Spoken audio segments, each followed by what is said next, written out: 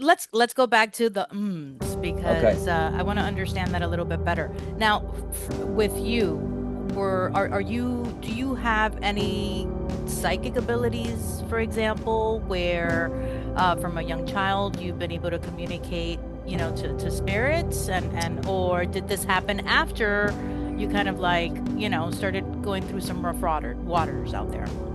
Well, once you connect, it's like abundance. Okay. Once you realize that you are abundant, you are abundance.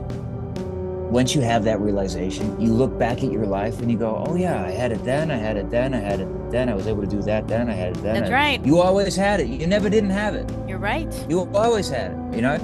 Now, you might have been able to find another version of you in another day who thought that they weren't abundant. But you know now from the perspective that you're at now that that person had a lot of abundance too.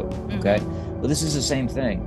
It's once you realize you're connected, you start remembering things when you were a kid and the different experiences that you had where you've always been connected. You've never been unconnected. You can pinch yourself off one day by telling the story of depression and what's not working in your life. And you can have that experience of lack if you choose to, but really you're having an experience of an abundance of lack because you're focused on lack. On the lack. So yeah, I've always been connected.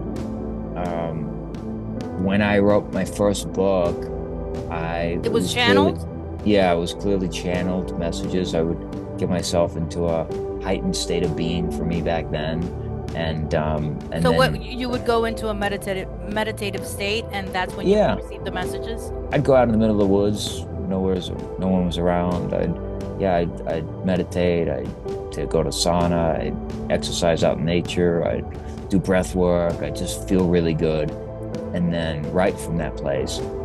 And then and then lately I don't need to do as much of that to connect. I can just close my eyes and my guides are always with me.